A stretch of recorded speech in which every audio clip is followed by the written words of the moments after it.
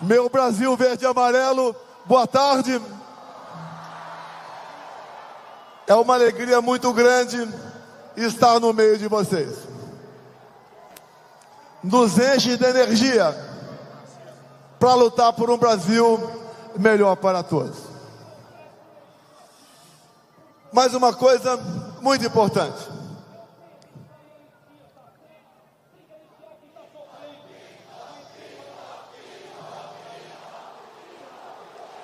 Uma coisa muito importante.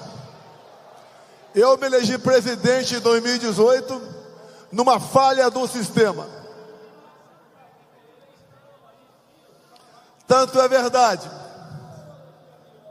que a minha eleição foi investigada pela Polícia Federal no inquérito aberto pelo Tribunal Superior Eleitoral na primeira semana de novembro de 2018.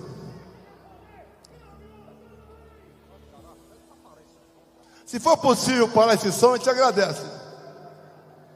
Ou então peço para alguém sabotar. Arranca o cabo da bateria desse carro. Se esse picareta quer fazer um evento, anuncie, convoque o povo e faça.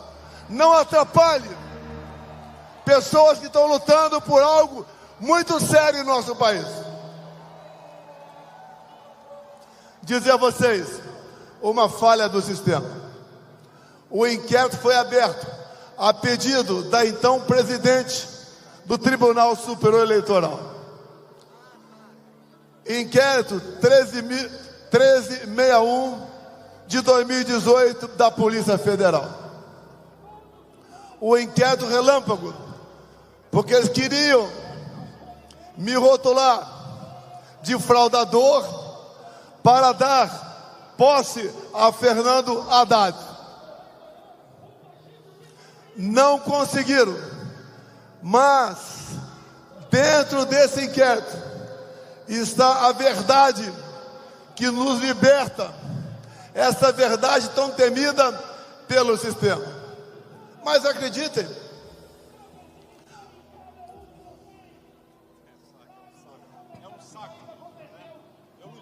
eu peço desculpa aqui, eu não sou governador, mas que a PM arranque o cabo da bateria desse carro. Essa é uma atitude de canalha, vagabundo que não tem compromisso com o seu país. Quer fazer política? Vá fazer em outro lugar.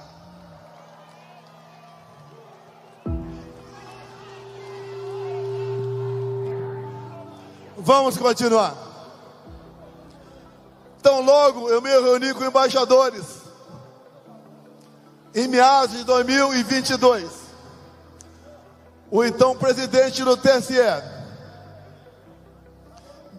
ministro, ministro Alexandre de Moraes, pegou esse inquérito que era ostensivo e o transformou em confidencial, ou seja, o primeiro inquérito secreto de verdade. E ao transformar esse inquérito em secreto, ninguém mais teve acesso a ele. Eu tive acesso, mas se eu falar sobre ele aqui, estaria cometendo um crime. E é isso que o Alexandre de Moraes quer, que eu cometa um crime, para dar-lhe alguma razão. O que está lá dentro, prezados profissionais da imprensa brasileira, está toda a verdade de como funciona o TSE. É inacreditável o que está lá. E tudo isso que acontece hoje em dia é em função desse inquérito. E o que acontece? Uma prova outra, fora dos autos. Nós, por qualquer lugar do Brasil que venhamos a passar, uma multidão nos acompanha. O outro lado, que ganhou as eleições, ninguém o acompanha. Em qualquer lugar do Brasil que eu vá, do sul ao nordeste, do sudeste ao centro-oeste, ou a região norte, o povo nos trata muito bem. Nós podemos ver um dia um time de futebol ser campeão sem torcida, mas presidente sem povo é a primeira vez que nós estamos assistindo na história do Brasil. Falaram que eu deveria passar faixa para aquele cara. Eu não passo a faixa para ladrão.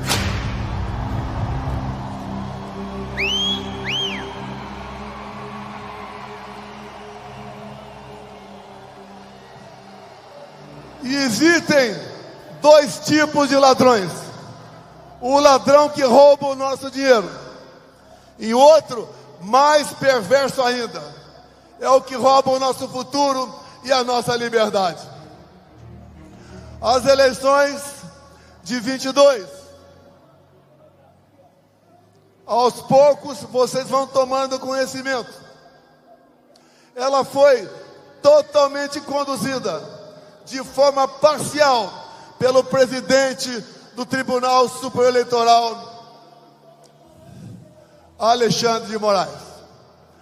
Eu não podia fazer nada, não podia fazer live da minha casa, não podia mostrar as imagens do 7 de setembro, não podia associar o Lula a ditadores da América do Sul, não podia mostrar a imagem dele defendendo roubo de celular para tomar uma cervejinha. E outro lado, tudo podia fazer, em especial me chamar de genocida, por própria decisão do Tribunal Superior Eleitoral. A gente não consegue entender como aquele que, segundo o TSE, perdeu as eleições e arrasta multidões, e o outro que ganhou as eleições e não consegue tomar refrigerante num botequim de qualquer lugar. Se aquela facada que eu tomei no dia 6 de setembro de 2018, por um integrante do PSOL, partido da extrema esquerda, se fosse fatal, Haddad seria presidente da República. E eu teria sido enterrado como mandante da morte de Marielle Franco. Essa verdade eles não querem. E na verdade, quando eles falam e fazem gestões para controlar a mídia, eles não querem censurar desinformação, discurso de ódio ou fake news. Eles querem censurar a verdade. Eles não querem que o nosso povo tome conhecimento da verdade de fato. Em meados de 22, fizeram uma cartinha, a cartinha em defesa da democracia.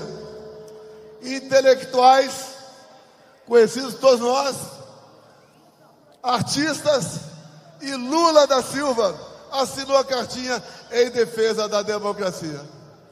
Lula da Silva, todo mundo sabe, o seu passado ao lado de ditaduras do mundo todo, bem como quando ele criou o Foro de São Paulo em 1990, criou ao lado de Fidel Castro e das Farc, as Forças Armadas Revolucionárias da Colômbia. Não se podia esperar outra coisa desse atual chefe de Estado que está aí. Repito, ontem voltei à cena do crime, porque lá em Juiz de Fora, onde levei aquela facada, e eu dei graças a Deus por ele, o nosso pai, me ter dado uma segunda vida e não deixado que a minha filha Laura ficasse órfã com 7 anos de idade. Sobrevivemos, vencemos as eleições, montamos um ministério nunca visto na história do Brasil, porque eu não aceitei indicações do parlamento brasileiro, geralmente indicações para sugar o Estado em causa própria. Montamos um ministério fantástico e ali começamos a criar lideranças políticas para o nosso Brasil, como aqui presente, aqui em cima, o capitão Tarcísio de Freitas, que esteve à frente do Ministério da Infraestrutura. e sem ser carioca, e sem ser paulista, se elegeu governador por estado e está dando um tremendo exemplo de gestão pública para todos nós. Muitas outras lideranças fizemos pelo Brasil, mas o sistema começou a se incomodar comigo. E logo no primeiro ano, 2019, foi aberto o inquérito do fim do mundo, o conhecido inquérito das fake news. Eu atrapalhava o sistema. Como? Combatendo a corrupção, não da boca para fora. Aqui do lado, o Porto de Santos dava prejuízo de 500 milhões por ano. Conosco passou a dar lucro de 500 milhões por ano. Para onde ia essa grana? 1 bilhão por ano para o bolso de políticos e de gente integrante do sistema. Se um dia vocês souberem quem mandava em Itaipu Binacional, vocês vão cair para trás. Lá era o filé da corrupção, porque na Itaipu Binacional não era permitido a auditagem pelo TCU. Só com que nós evitamos com fraudes, com corrupção, fizemos obras fantásticas na região ali do oeste de Paraná. Alongamos a pista em 600 metros do aeroporto de Foz do Iguaçu. Começamos e concluímos a segunda ponte com o Paraguai. Começamos a terceira ponte com o Paraguai. E tantas outras obras de infraestrutura para mais de 50 municípios. A gente estava atrapalhando o sistema. Não tinham mais como roubar o nosso Brasil. As estatais passaram a dar lucro, mas eles tinham que armar a minha saída de lá. Se hoje eu sou o ex mais amado no Brasil, esse divórcio não foi feito pelo povo. Foi feito por parte desse sistema que trabalhou 4 anos contra a minha pessoa. Não tinha semana que eu não era fustigado por uma sentença judicial atrapalhando o nosso governo. Mas vencemos tudo isso. Vencemos a pandemia. Vencemos uma guerra lá fora. O Brasil começou a entrar no rumo. E fiz uma coisa que ninguém nunca fez no Brasil. Nós zeramos ou reduzimos a carga tributária de milhares de produtos, entre eles os combustíveis, entre outros o fino de EPVAT, entre outros a diminuição em 30% do IPI de mais de 4 mil produtos. E acreditem, quanto mais nós diminuímos ou zerávamos impostos, mais o Brasil arrecadava. Isso importunava o sistema, porque na verdade eles não estavam roubando mais. Se uniram e começaram com o velho discurso que eu queria dar um golpe de Estado. Golpe de Estado usando, como disse o Malafaia aqui, dispositivos da nossa Constituição. E eles, para evitar que eu tivesse chance de voltar, decretaram a minha inelegibilidade. Inelegibilidade, uma delas, porque me reuni com embaixadores. Eu não me reuni com traficantes no Morro do Alemão, como Lula fez. Esses inquéritos, que dali se derivaram outros em cima de ditas petições, dando amplos poderes. Alexandre de Moraes escolheu seus alvos, como escolheu meu filho Eduardo Bolsonaro. Isso ratificado nos áudios vazados da operação agora conhecida como Lava Toga. Eles tinham que me destruir, porque eles achavam que agindo dessa maneira me fariam, em dado momento, mudar de lado. Eu jamais estaria do lado deles. Preferi o lado mais difícil, o lado do povo brasileiro, porque isso me dá tranquilidade, me dá paz para dormir e me faz orgulhar daquilo que eu fiz no passado. E se vocês hoje estão aqui, é porque vocês corroboram com o que eu estou falando.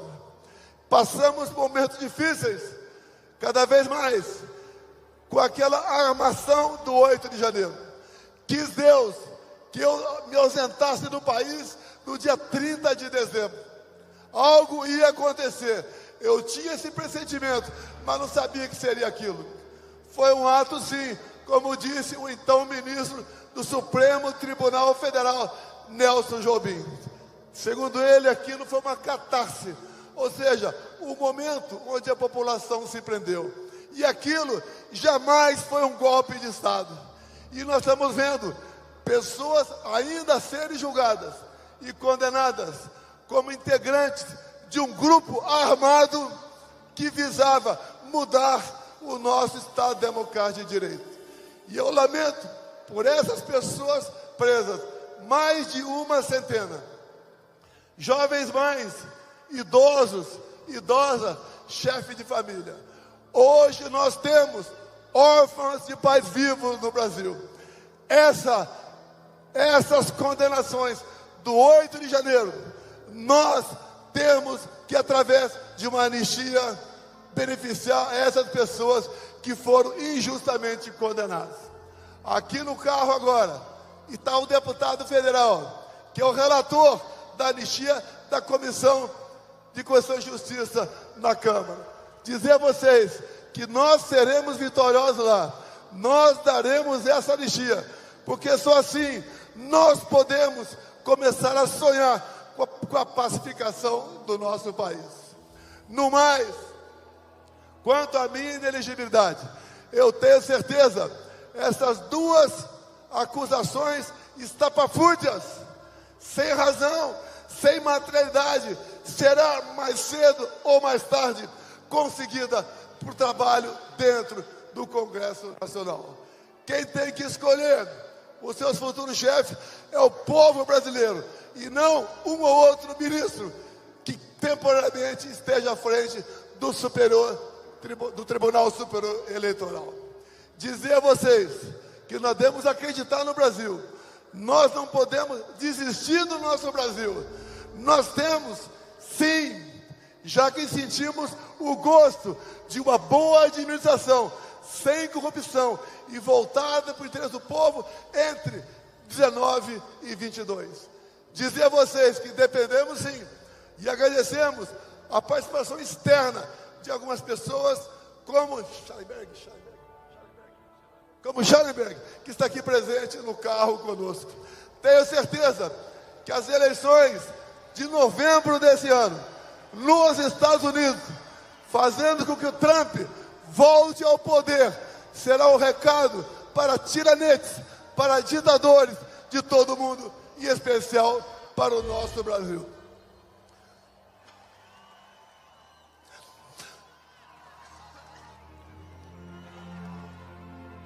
Não existe satisfação melhor do que ser bem recebido por todos vocês. Dizer a vocês que isso faz com que nós, políticos de hoje, sejamos diferentes do político de ontem. Até pouco tempo, todos os políticos eram tidos como iguais. Mostramos ao longo dos nossos 4 anos que nós não somos todos iguais. Ao longo do meu mandato, indo para o encerramento, nós voltamos a acreditar no nosso país, voltamos a conhecer o que é cada poder da República, o que é o poder executivo, o que é o poder legislativo e o que é o Supremo Tribunal Federal. Dizer a vocês que voltamos a vestir o verde e amarelo com orgulho, a cantar o hino nacional com emoção, a dar valor à nossa família, a conhecer realmente quais são as potencialidades do nosso Brasil. Dizer a vocês que, enquanto presidente, tive um relacionamento o melhor possível com as grandes democracias do mundo, coisa que acontece exatamente o contrário nos dias de hoje, onde o atual governo se mistura, se entrega e se alia a ditaduras de todo o mundo. O nosso Brasil é um país fantástico. Ninguém tem o que nós temos. Temos tudo para sermos uma grande nação, mas devemos botar freio através dos dispositivos constitucionais naqueles que saem, que rompem o limite das 4 linhas da nossa Constituição. E eu espero que o Senado Federal bote um freio em Alexandre de Moraes, esse ditador que faz mais mal ao Brasil que o próprio Luiz Inácio Lula da Silva. Acreditemos no Brasil, acreditemos no nosso futuro. E eu agradeço a presença de todos vocês aqui nessa data. Isso nos dá esperança para continuarmos lutando e fazendo com que o Brasil volte à normalidade num rápido espaço de tempo. A todos da Paulista, de São Paulo e do Brasil, meu muito obrigado a todos vocês. Momentos como este são ímpares em nossa vida. Obrigado, Malafaia, Tarcísio, Schallenberg. Obrigado, Nicolas. Obrigado, Gaia, Magno Malta, Eduardo Bolsonaro. Muito obrigado a todos vocês. O Brasil é nosso. O Brasil será livre. Brasil acima de tudo. Brasil acima de tudo.